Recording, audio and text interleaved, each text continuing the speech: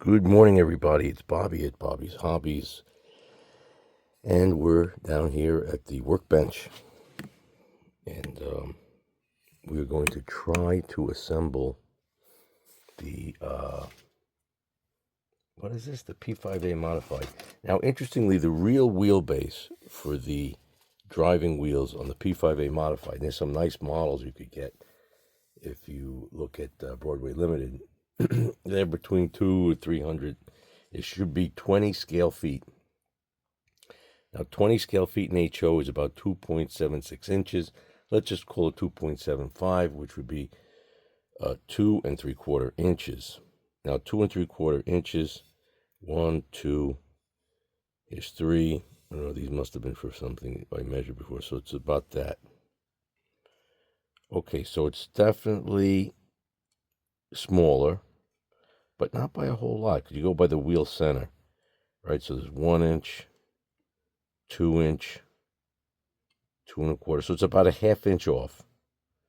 So it's a ½ inch off. So think of it, it should really be a 1/4 inch to there,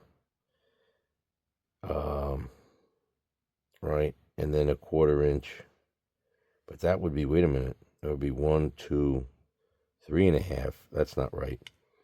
So let's double check here. This is 1, 2, 2 1/4. So gee whiz, 2 1/4. If it was 2 3/4, the wheel centers would be here.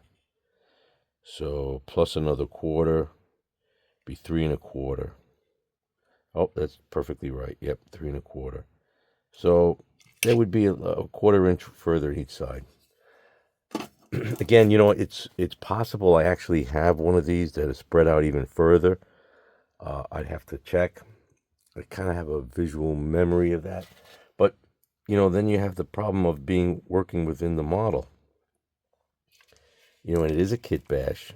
And again, I have to, an even higher advanced model would be to make the whole thing from scratch. But I'm not there yet. Maybe someday, and maybe I can incorporate a 3D printing at some point. I'd like to learn about that, because that is the future, and that was a dream as a kid. I didn't know, I wouldn't have called it 3D printing. I just would have said, hey, this is, could I make my own parts? And I mean, just to think that you could do it now is unbelievable. Now, these are the plastic, glass, and lenses for this. I cut the back pieces off, as you could see in there. These pieces were originally on like this. I cut them off because if I didn't, this would not fit in here. So I don't really know if this is all going to fit in right now, but I'm going to try it. Meaning, I know this will fit in, but I don't know if the whole contraption is going to fit in here. Then I have to decide whether I need to make some kind of spring loading to push this down and keep it free floating.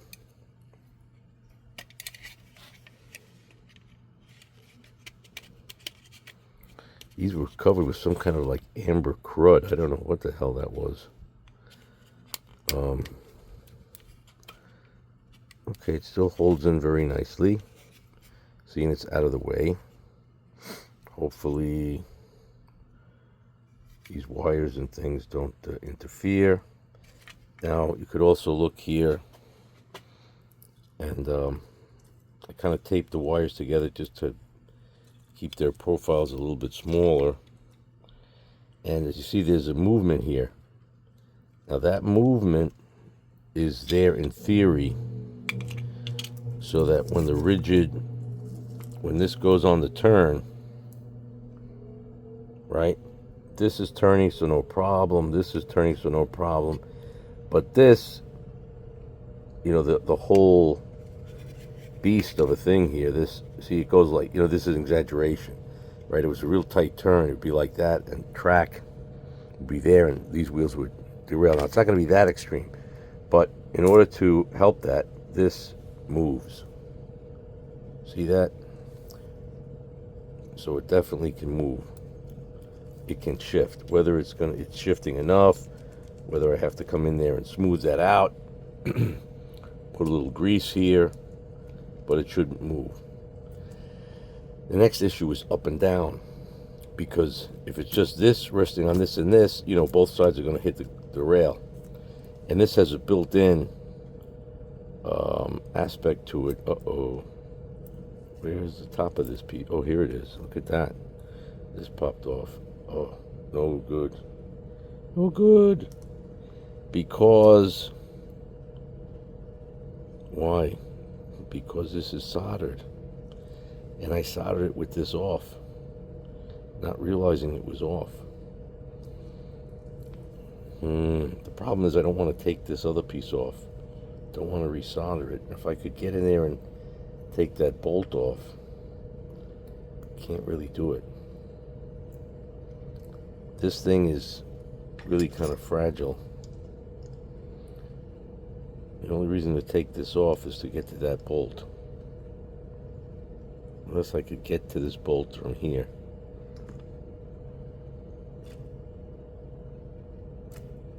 Always a problem. See, trains are complicated. Oh, they're easy. I could do it. Sometimes things look easy, but they're not. Now I need to find a miniature, I mean really miniature, so I could slide in and pull that screw out. Let me look. Okay, I found this. This might work.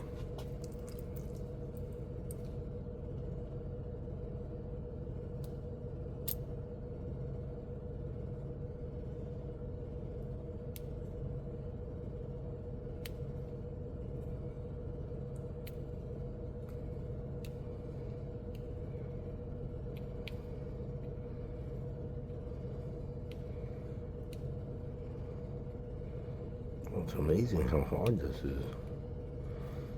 If I could pop this off, though, I could still be a lot easier.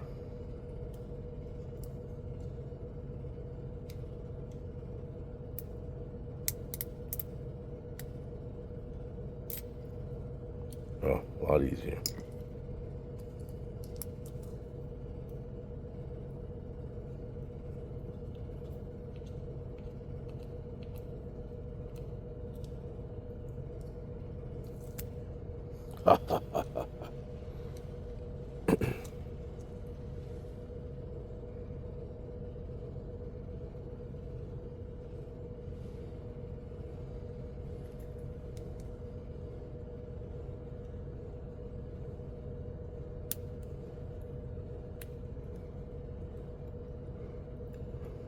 Right now this goes on top.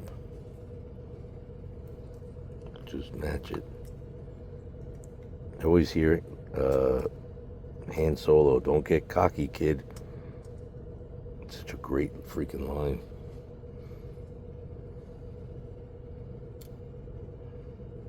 Right, that is the top.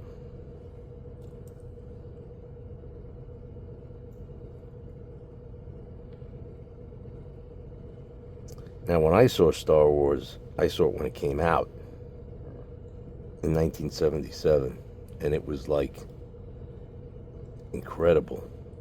Now, I was loyal and still am a loyal Star Trek fan, and you could debate which one is better, or which universe would you rather be in.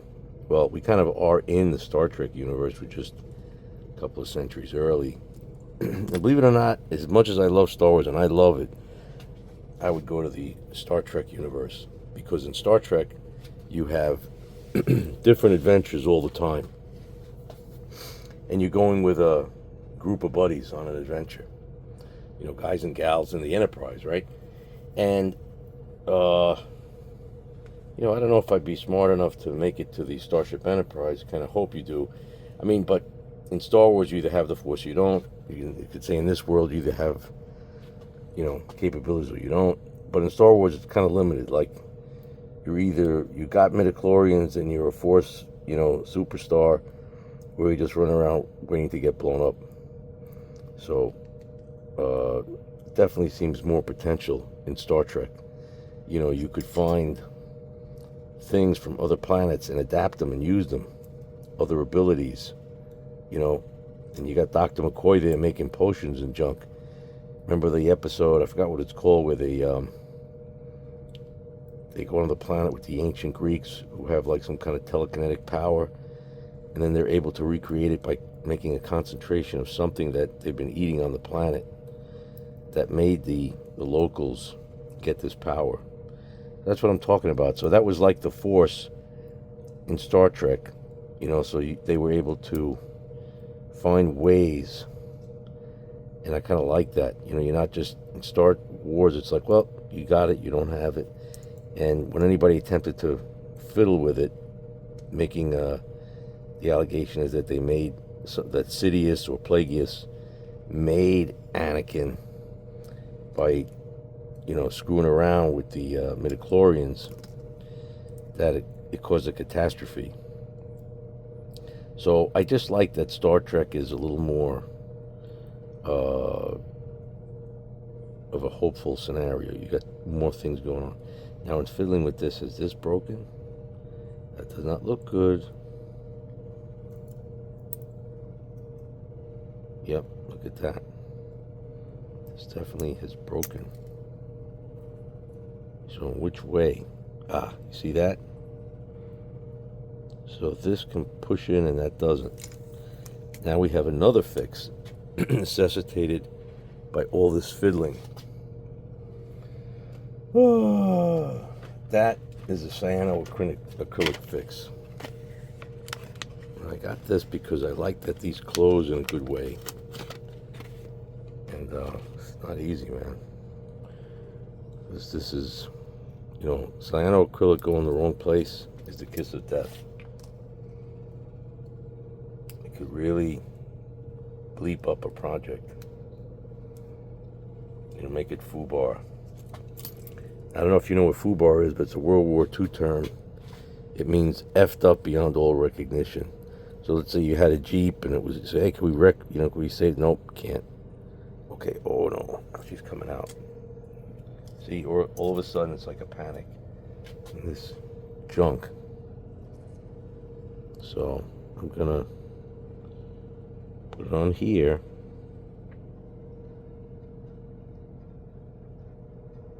Put it on there. And it, see, things just go wrong sometimes. You can't help it. You gotta go with the flow. And I'm starting to finally realize that I've been doing this a long time, and it's taken me a long time to realize it, that these screw-ups are what make the projects fun. These screw-ups are what keeps you coming back. Like, can I ever get it done without a screw-up? Can it actually happen? You know, and it's not freaking easy. Now this we're going to have to hold here a while, because it is cyanoacrylic, but it's not magic. Now, oh, that's another thing, missing that on there. So we want this to really grab on, because you don't want to drag side frame. Remember, this model is probably like 50 years old. So when you're fiddling with it, moving it, you know, not easy.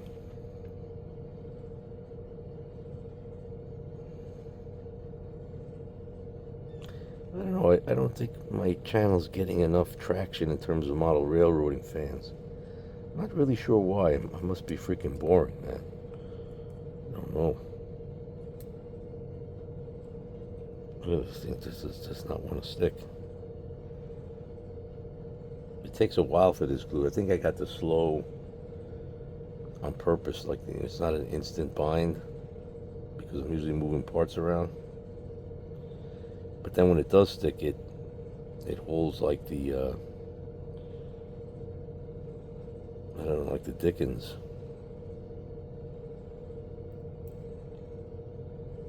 Getting closer.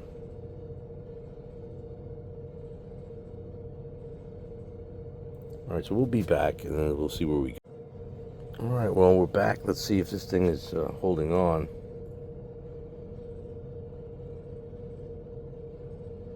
Yeah, it's holding on now. Looks like it tried a little cockeyed on this shit. Excuse my language, but it might be okay. Let me just see how this looks on the rail.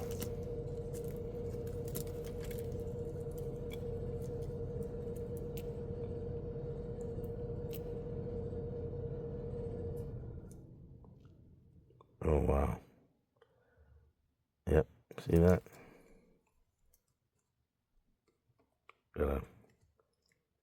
Oh good. See, now we're worse off.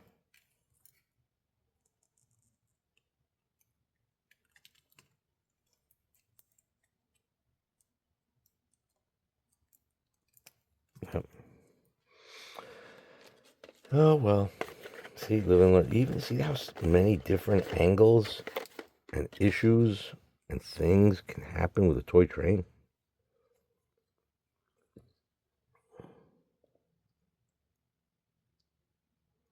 That's why I like watching other model railroaders. A lot of them have incredible talents to avoid the issues that I seem to stumble into. I hope I'm not the only one who has issues. Some people are just, I gotta say it, they're kind of magical. They have a magic to them that gets the stuff done. Maybe they have little elves or deal with Santa. Santa, has an elf hiding in the background. So now I'm going to have to leave this again and make sure this is tilted upright in the right angle.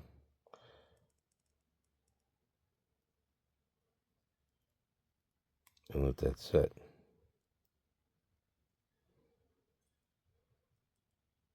That looks about right. We'll come back again. Alrighty, we are back again.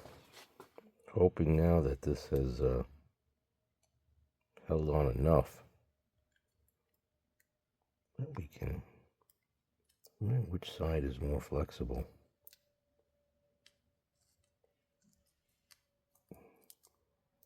We need to get something in there to flip that script.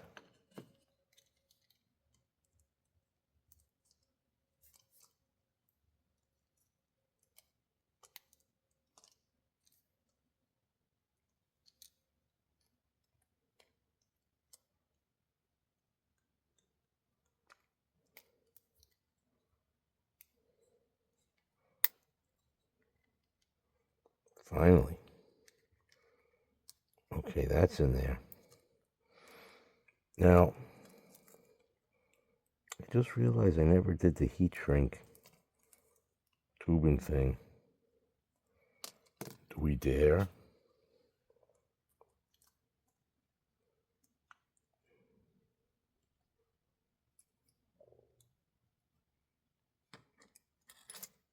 Let's pull that out of the way now. Let's try it this way.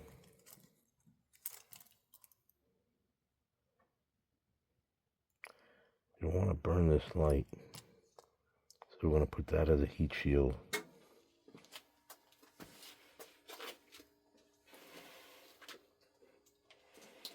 And I'm getting the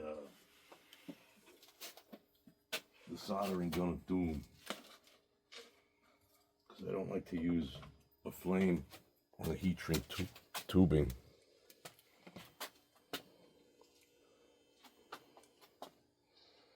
Now let's clean off if there's any solder, because we don't need that. Oh, I got metal here.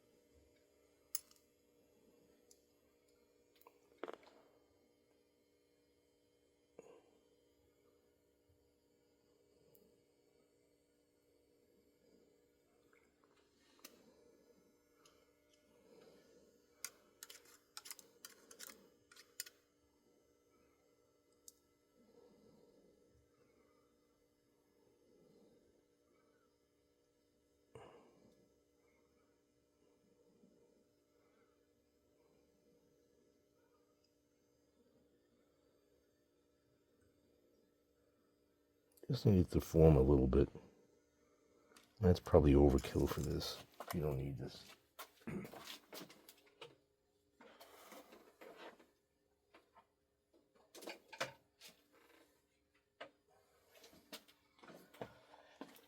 Well, now it looks dirty, which is not really important, but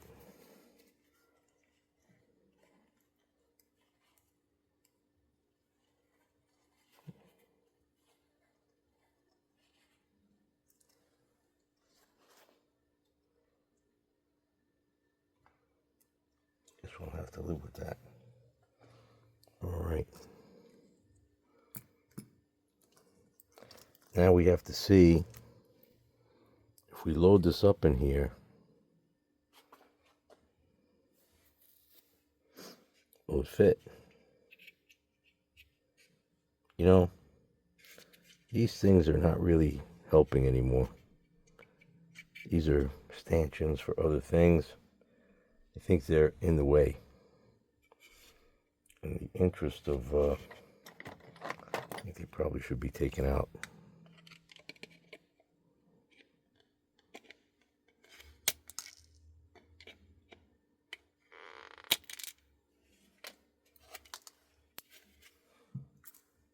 Put this in. These can't really help. They're the mounting spots for the light and the diode. But they're out of place in this new model. Now we've got a nice open area.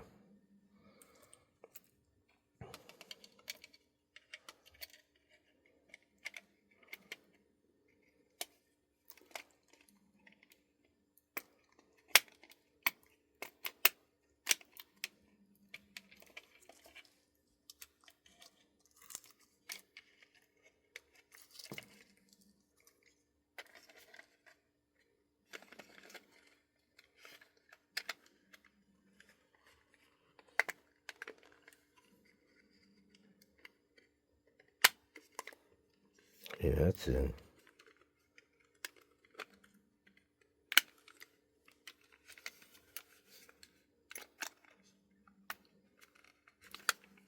This side always gives me a problem.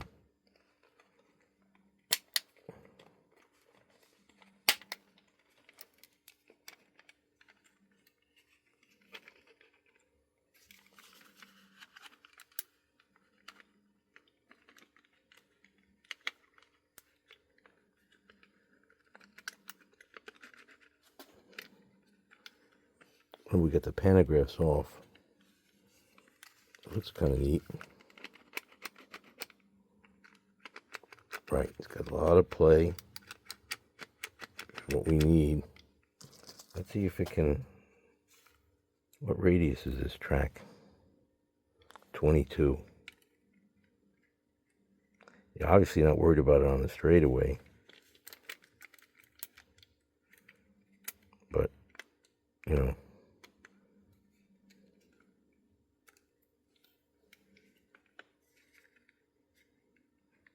She feels tight. I don't think I could do it.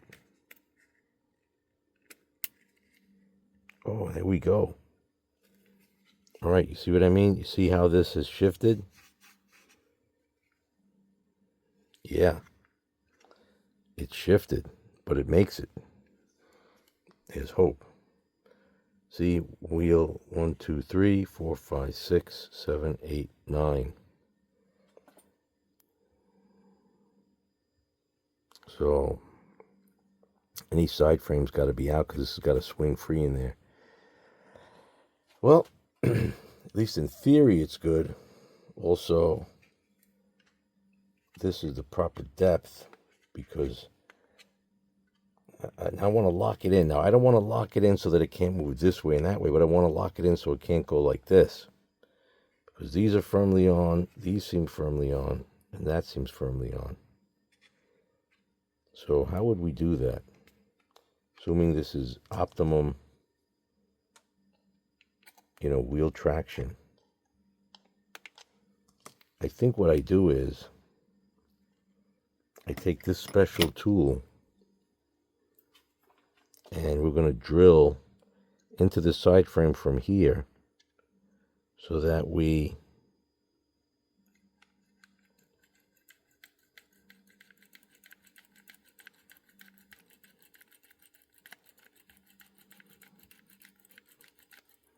be careful because this thing looks like a little nothing drill, man, but it'll keep going.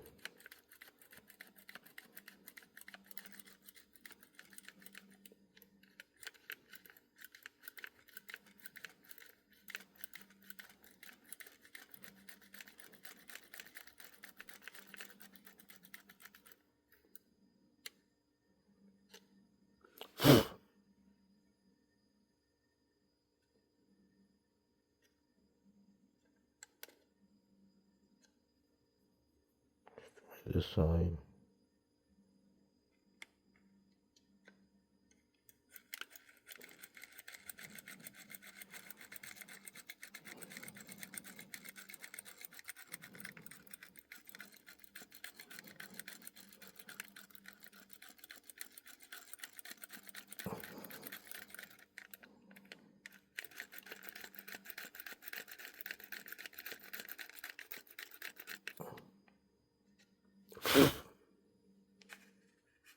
Yeah, it seems like it's firmly down.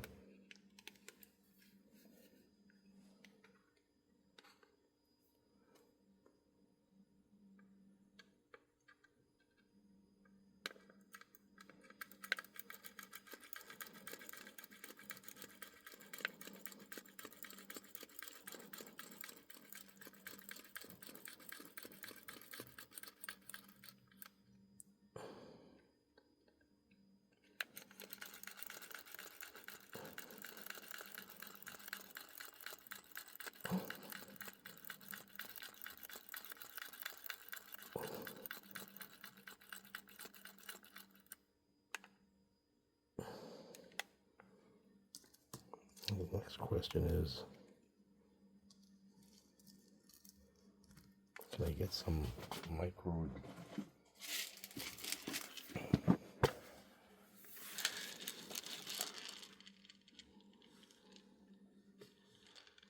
These all look too big.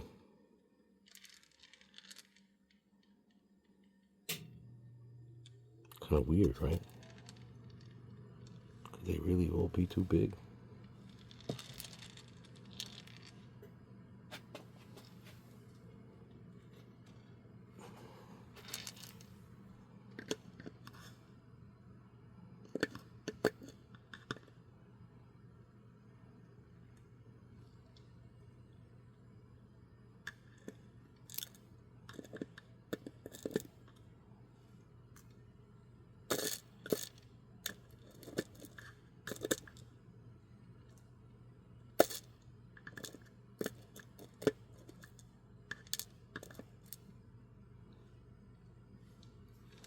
Take a shot.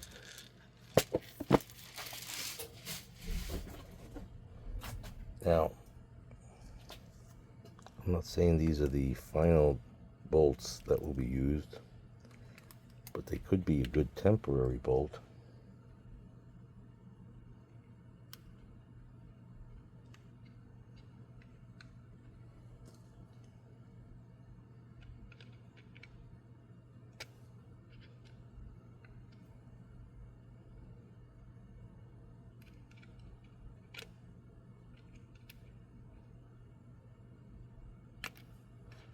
Not a good temporary screwdriver for this. This is a little finer.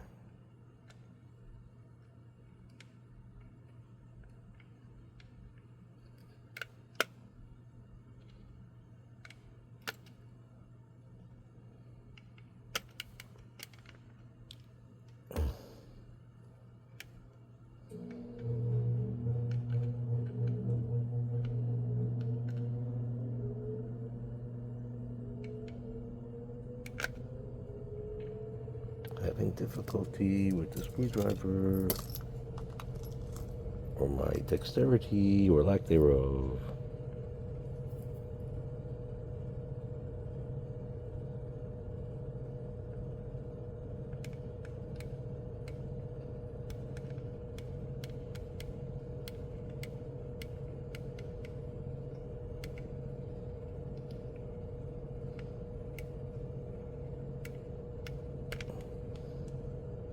strange. It's not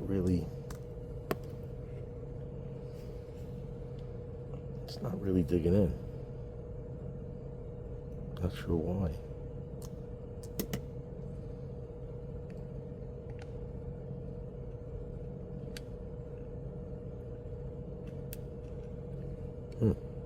I'll be back.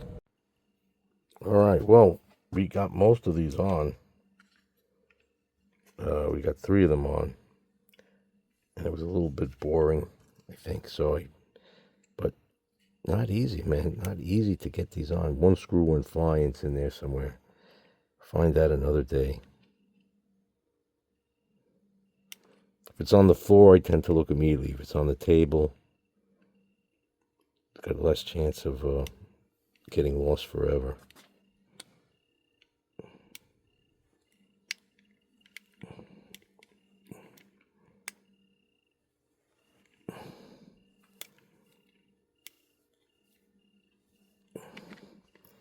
All right. So now it's on. They actually look good. Now, I might end up painting this and just masking taping this because these are such a pain in the arse to get on and off. Now, the other problem is it's always possible that in this process of mounting it back to the shell, that wires or something else came loose. See that? Now this wheel's not geared, right? So you see it rolling and you see the other wheels rolling. So that's very good. So I don't have the internal spring mechanism up and down. Might still have to do it, but you know, we'll have to see. See here, it looks like it's riding out high. Did it come derailed? Yep. Well, so we're gonna have to track test it for real. But let us see now if this has any, power problems. If the lights work. We got power on.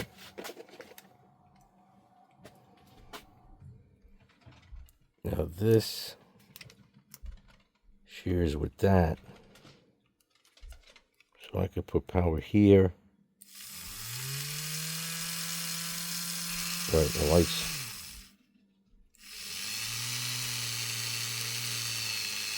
Right, it's going the right direction.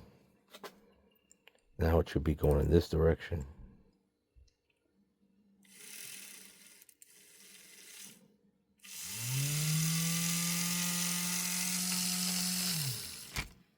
Let's see what the headlight looks like. Well, it's probably working. I mean, the light's on. Yep. Well, let's take it to the track testing layout and see what we can see. All right, we're here on the big layout, and this is right now it's an Amtrak P5a modified, but we're going to eventually paint it to look either like this DD2 or R1, New Brunswick green, or maybe like a Tuscan red, which, well, that is like a brown. That's close to Tuscan red. I don't seem to have oh, there's a Penzi Tuscan red, or look like that. Now, and the pantographs are off, and it needs a coupler. But this is the first track test. I do not know what it's going to do. It's got the traditional 6 wheels of pickup from the Tyco. And the power unit on the Tyco has been replaced with just a freewheeling one here and here. So those are the 6 wheels of pickup, plus the center has 2 axles driving, so 4 driving axles and 2 wheels of pickup, but only on one side. So in effect, it has 5 on one rail, 5 pickups and 3 on the other. No idea what it's going to do. Let's give it some power.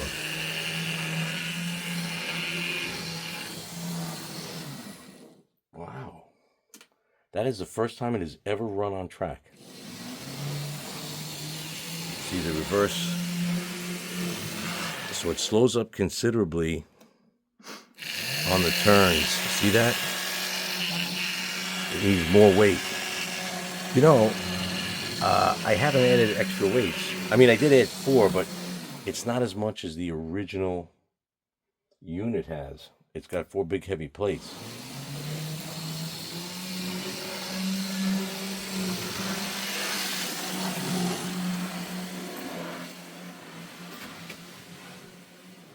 I got it at full power because, so definitely needs weighting.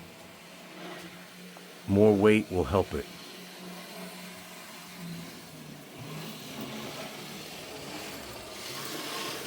Wow, one of my Kitbashes has never worked so great right out of the gate. So the 8 wheels of pickup are definitely helping.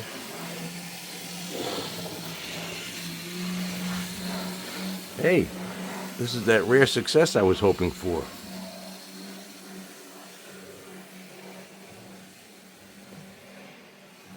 That's in this direction. Wow. Oh, I spoke too soon. What happened? What happened, baby? What happened? Oh, who knows? Oh, wow. Was it the down coupler? Oh, see that in the midst of triumph. Don't get cocky, kid. Wait a minute. Let's shut the power down. Let's put it back on. Wow, that was weird, right? I mean, it was beautiful. Imagine when I add yeah, she feels light. She definitely feels light. So I'm going to add weight on this truck and this truck. And that'll pull the whole thing down and up into the body there. You don't want to make it top heavy. Hopefully she didn't. Wow, see that? Not on the rail. Yeah, I got to add weights. You know, for an inaugural run, okay, it really is not bad. It's really not bad. Yeah, she's slipping because she needs weights.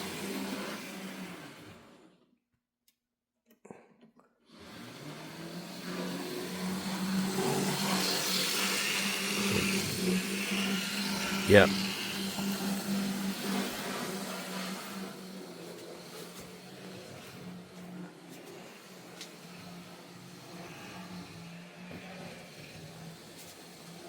All right, well, that's about enough of a test for right now. Let me just see the light. The light orientation, I like the way it slides. The light orientation is good because it lights up the cab. It definitely lights up the cab. And we got to go a little slow over here because she did not have a happy ending over here. Oh, we got past it. All right, everybody. Hey, thanks for watching. This is Bobby at Bobby's Hobbies with the experimental P5a modified that we're going to turn into Penzi. I think got to add some weight, put the pantographs back on, fix the rear coupler. Maybe we'll put an elongated knuckle coupler instead of the horn hook. I'm thinking I'm going to make this snazzy, so I think I'm going to go for the Tuscan red and gold. What do you think? Let me know, and I'm having some fun with this. Now, yes, the wheelbase is a little shorter. Could have been spread out about a total of a half an inch more, but then it would have interfered with the trucks. It's not prototypical in that the trucks leading and forward have 6 wheels, not 4. But I think it's a pretty model that, definitely brings to life some of the old Penzi trains. And you see there's the Monster GG1 next to it. And then we have to construct a side frame. And it's navigating the turns well. Now, the upper mountain level is greater than 22-inch radius. And that back and forth slide thing that I incorporated in there is definitely helping. So I hope you've enjoyed this. And if you have any ideas, suggestions, please pass it along. And thank you so much for watching, and kindly consider subscribing. Thanks again from Bobby at Bobby's Hobbies. And hey, that was one of my rare successes right off the bat. I don't know how it happened, but sometimes you get lucky. What do they say? A stop clock is still right twice a day. All right, have some fun. Bye for now.